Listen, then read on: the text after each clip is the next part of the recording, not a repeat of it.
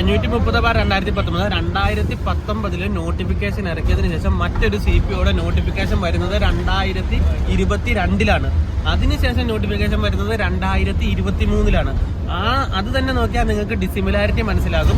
ഒരു നോട്ടിഫിക്കേഷൻ 3 വർഷത്തിന് ശേഷം വരുന്നു, അടുത്ത നോട്ടിഫിക്കേഷൻ 1 വർഷത്തിന് ശേഷം വരുന്നു. അപ്പോൾ PSCയുടെ ഓരോ പോസ്റ്റിലേക്കും അപ്ലൈ ചെയ്യാനുള്ള ഏജ് കഴിയാറായി നിൽക്കുന്ന ഒരു വ്യക്തിയെ സംബന്ധിച്ചിടത്തോളം 3 വർഷത്തിന് ശേഷം നോട്ടിഫിക്കേഷൻ വരുമ്പോൾ ഒരു കാരണവശാലും അതിൻ്റെ അകത്ത് അപ്ലൈ ചെയ്യാൻ പറ്റത്തില്ല. സപ്പോസ് 30 വയസ്സാണ് ഇതിന്റെ ഏജ് ലിമിറ്റ് എങ്കിൽ 28 വയസ്സ് 2019 28 വയസ്സായ ഒരു വ്യക്തിയെ സംബന്ധിച്ച് പിന്നീട് CPOയ്ക്ക് അപ്ലൈ ചെയ്യാൻ പറ്റത്തില്ല.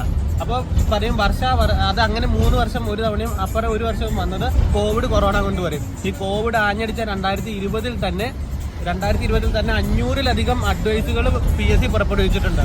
അങ്ങനെയാണെങ്കിൽ നിയമന നടപടികൾ മാറ്റിവെച്ചുകൊണ്ട് നോട്ടിഫിക്കേഷൻ നേരത്തെ ഇട്ട ആ പറയുന്ന ഉദ്യോഗാർത്ഥികൾക്ക് അത് അപ്ലൈ ചെയ്യാൻ പറ്റുമായിരുന്നു, പിന്നീട് അതിൽ പാർട്ടിസിപ്പേറ്റ് ചെയ്യാൻ പറ്റുമായിരുന്നു. അതാണ് PSC കാണിച്ച ഒന്നാമത്തെ വേർതിരിവ്. രണ്ടാമത്തെ 530/2019 ലിസ്റ്റിനെ സംബന്ധിച്ചിടത്തോളം രണ്ടാമത്തെ കാര്യം എന്തെന്ന് പറഞ്ഞാൽ, രണ്ടാമത്തെ വിവേചനം എന്തെന്ന് പറഞ്ഞാൽ, PSC തന്നെ പിൽക്കാലത്ത് തുഗ്ലക്ക് പരിഷ്കാരം എന്ന് അംഗീകരിച്ചിരിക്കുന്ന PSCയുടെ 2 ഘട്ട പരീക്ഷാ സമ്പ്രദായമാണ്. പ്രിലിംസ് മെയിൻസ് രീതിയിലോട്ട് എല്ലാ പരീക്ഷകളെയും കൊണ്ടുവന്ന് വെറുതെ ഓരോ നോട്ടിഫിക്കേഷന്റെയും അതിന്റെ നിയമന നടപടികളിലേക്ക് എത്താൻ കാലതാമസം വർദ്ധിപ്പിക്കുന്നതിന് വേണ്ടി മാത്രം കാരണമായ പ്രിലിംസ് മെയിൻസ് രീതി, അത് ഇതിനു മുമ്പ് ഇതുവരെയുള്ള ഒരു CPO പരീക്ഷയിലും നടത്തിയിട്ടില്ല. ഇതിനു ശേഷമുള്ള ഒരു CPO പരീക്ഷയിൽ നടത്താനും പോകുന്നില്ല.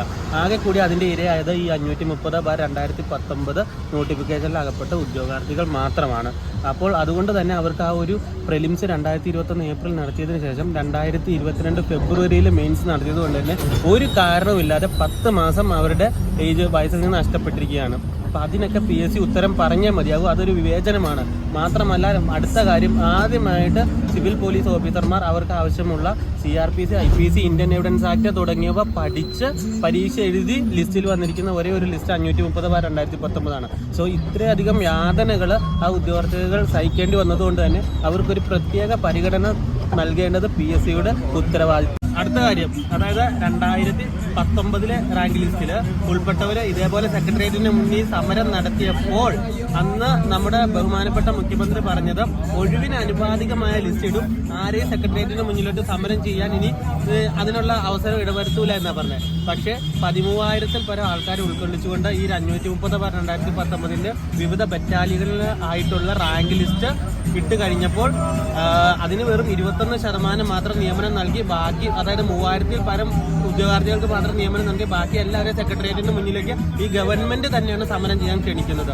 ഒരു 50% നിയമനം നൽകിയിരുന്നെങ്കിൽ നമുക്ക് ഓക്കെ, കുഴപ്പമില്ല എന്ന് കരുതായിരുന്നു. പക്ഷേ ഇത് വളരെ പ്രഹസനം എന്ന രീതിയിൽ ഓരോ ഉദ്യോഗാർത്ഥിയുടെയും 5 വർഷം നഷ്ടപ്പെടുത്തിക്കൊണ്ട് PSC കളിക്കുന്ന ഒരു പരാക്രമ കളിയാണ്. ഇതിന് എന്തായാലും ഗവൺമെന്റ് മറുപടി പറഞ്ഞേ, PSCയും ഗവൺമെന്റും മറുപടി പറഞ്ഞേ മതിയാകും.